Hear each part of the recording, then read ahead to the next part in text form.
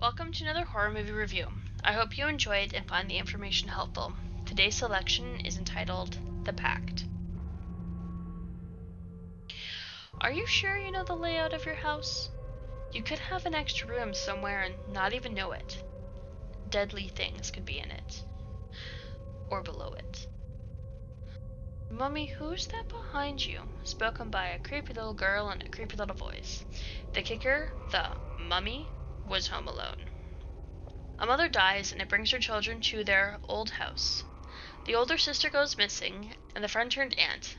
There is only the younger sister left. There is a dark family mystery, just waiting to be uncovered. This was a very interesting thriller movie. There was some mystery to it as well. The mystery was very easy to follow and to understand. There was some interesting parts where the type of killer was in question. Was it a human or supernatural being? There is a really interesting slow motion effect that happens in a nightmare that is really visually appealing, and I love that it made its way into the film.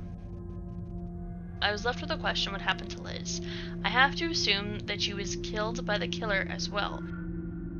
I was not impressed with what Annie wore to the funeral of her mother. She showed off her bra straps under her dress, and I think that that's disrespectful under the circumstances. I think people should be able to wear whatever makes them comfortable, but under certain circumstances, some respect needs to be shown. Interesting facts. There's a movie goof. Annie puts the lid on the jar at around the 13th minute mark, but when she goes to put it on the counter, the lid is no longer on the jar. The time difference between the two angles is a millisecond. It made me chuckle a bit. When Annie searches the internet for Judas, she comes across the fictional Judas the San Pandoro killer. However, the summarized murders attributed to Judas are in fact the victims, including actual names and locations, of the Zodiac killer. Character names Glick and Barlow are also in Stephen King's Salem's Lot.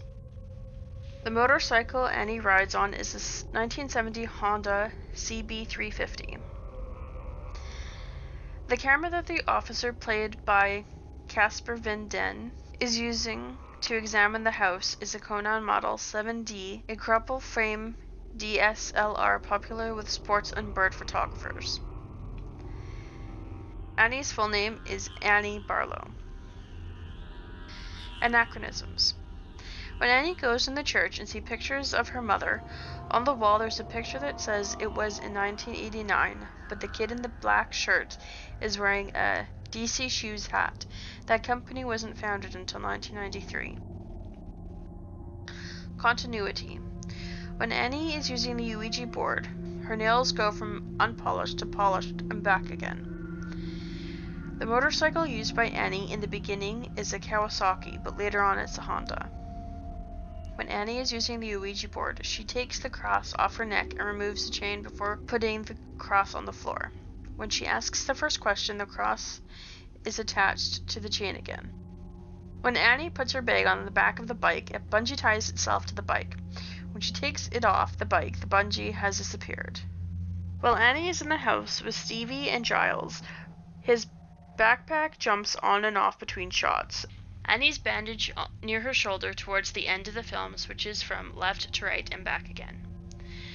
Bill Creek's coffee cup disappears between standing in front of the door and entering the house. Annie's right eye is green for most of the film, but toward the end the contact is switched briefly and it's on her left eye that's green. Crew or equipment visible. When Annie is looking at old photographs in the church, the camera is briefly reflected in the vitrine.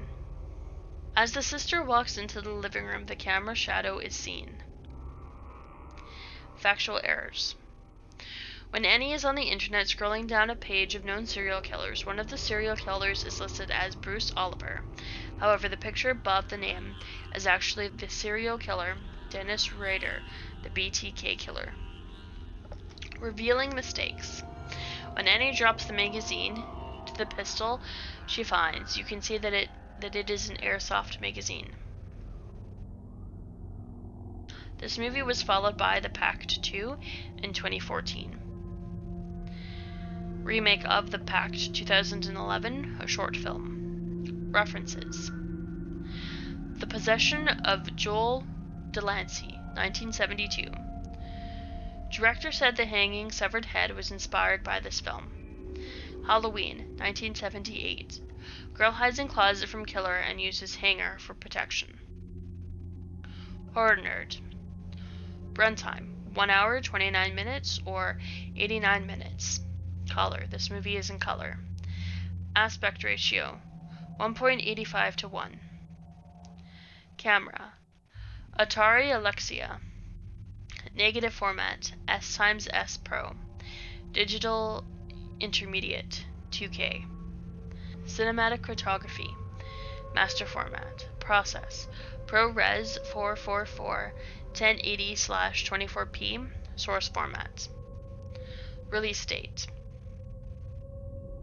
United States of America, July 20th, 2012, Sundance Film Festival. US, May 25th, 2012, video on demand. UK, June the 8th, 2012. Ireland, June 8th, 2012. Canada, June 27th, 2008, Toronto After Dark Film Festival. United States, July 6th, 2012, limited. Turkey, September 7th, 2012. France, September 16th, 2012, Festival Européen du Film Fenestival de Salzburg. Switzerland, September 22nd, 2012, Zurich Film Festival. Greece, September 22nd, 2012, Athens Film Festival. Australia, September 30th, 2012, / Film Festival. Spain, 8th, 2012, Sitges Festival International di Cinema Fantastico dedicat à Longya.